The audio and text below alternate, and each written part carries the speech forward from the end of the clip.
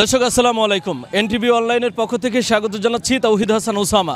দর্শক, আমি এই মুহূর্তে অবস্থান করছি যশোরের অভয়নগরের নওয়াপাড়া গরুহাটে।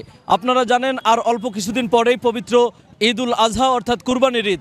এই কুরবানির ঈদকে সামনে রেখে নওয়াপাড়ার যে গরুহাটটি রয়েছে, একমাত্র গরুহাট, এখানে প্রতি বছর প্রচুর গরু ওঠে এবং দূর দূরান্ত থেকে বিক্রেতারা বা যে সমস্ত ব্যাপারীরা আছে তারা এখানে এই গরুহাটে গরু নিয়ে আসে এবং তারা এখান থেকে বিক্রি করে ভালো অর্থ উপার্জন করে বলে আমরা জানি। অ্যাক্টিভেটেড কার্বন ডিওডোরাইজার যুক্ত কঙ্কা ফ্রিজে এক খাবারের গন্ধ অন্য খাবারে যেতে পারে না।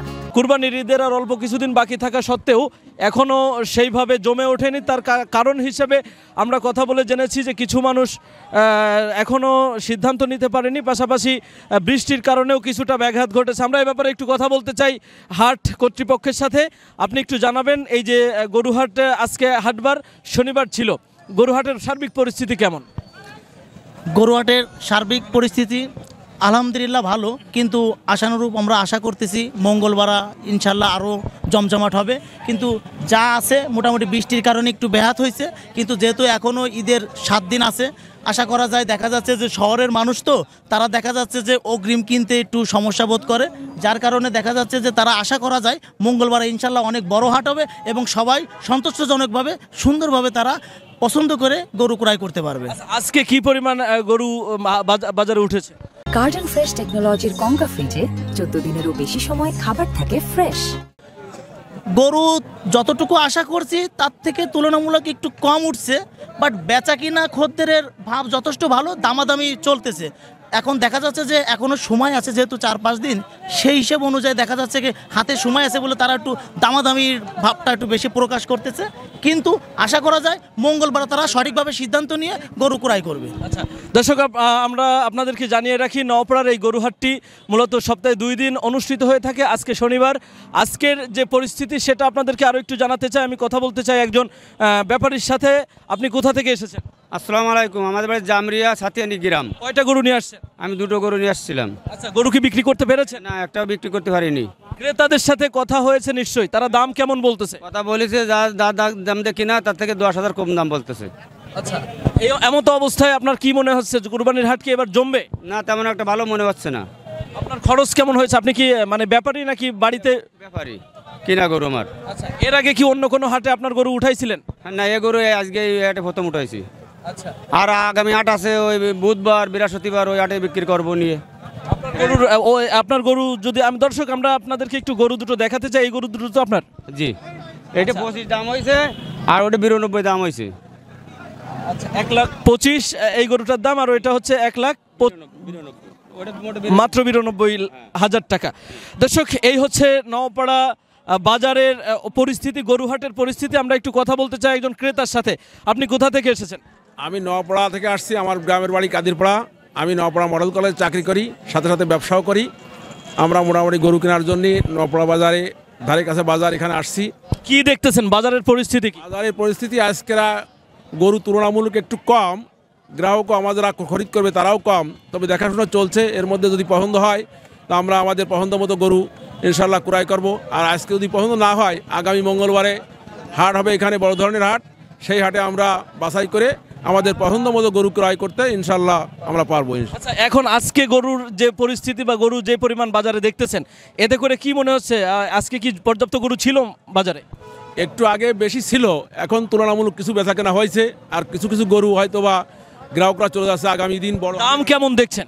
দাম গত বছরের তুলনায় মোটামুটি একই রকম ধরনের দাম, খুব একটা বেশিও না আবার খুব একটা কমও না, মোটামুটি ক্রয় ক্ষমতার মাঝেই আছে। আচ্ছা, লোকজন কেমন দেখছেন বাজারে?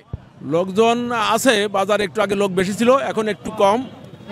আর সামনে যেহেতু হাট রয়েছে এই জন্য একটু তুলনামূলক কম আজকে। আচ্ছা দর্শক, আমরা নওয়াপাড়া বাজারের গরুহাটের যেই চিত্র সেটি আপনাদেরকে একটু ঘুরে ঘুরে দেখাতে চাই। এখানে ছোট বড় মাঝারি বিভিন্ন সাইজের গরু এসেছে। আমরা দেখতে পাচ্ছি কালো এবং বিভিন্ন কালারের যে গরুগুলো আছে, বিশেষ করে খামারিরা বা ব্যাপারী যারা আছে তারা নিয়ে এসেছে।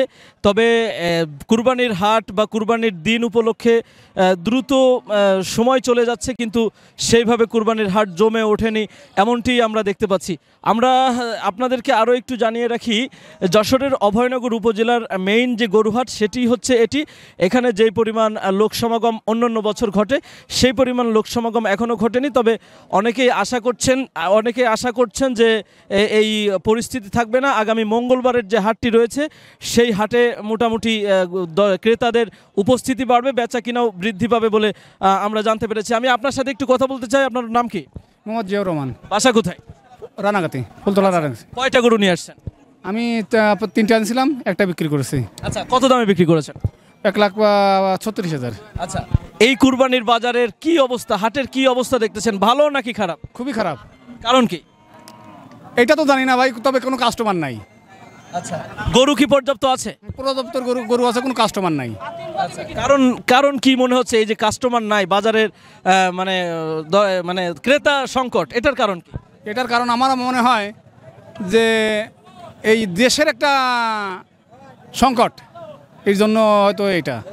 আচ্ছা আচ্ছা, দর্শক আমরা যেমনটি শুনছিলাম এভাবে মূলত নওপাড়া গরুহাটে যা গরু উঠেছে সেই তুলনায় ক্রেতাদের সংখ্যা খুবই কম বলেই আমরা মনে করছি বা আমরা দেখতে পাচ্ছি। বিক্রেতাদের সাথে কথা বলে আমরা জানতে পারছি। চাচা, আপনার নাম কি? আমার নাম আব্দুল হামিদ। আচ্ছা, কোথা থেকে এসেছেন আপনি? শেখাটি নড়াইল শেখাটি। কয়টা গরু নিয়ে আসছেন? 5টা। পাঁচটার মধ্যে থেকে একটাও কি বিক্রি হয়েছে? বেচতেনি কাকা, কারণ কি? দাম কম নেচ্ছে না, ক্রেতারা কি বলছে? দাম কম করছে এই। আচ্ছা, আপনার এই যে গরুটা এটা কত চাচ্ছেন? এটা চাচ্ছে 125, মানে 1,25,000। 25 কয় 1 লাখ ভেঙে দাম আছে। আচ্ছা, আর ক্রেতারা কত বলেছে এটা? এটা একজন কয়েছে 115, আর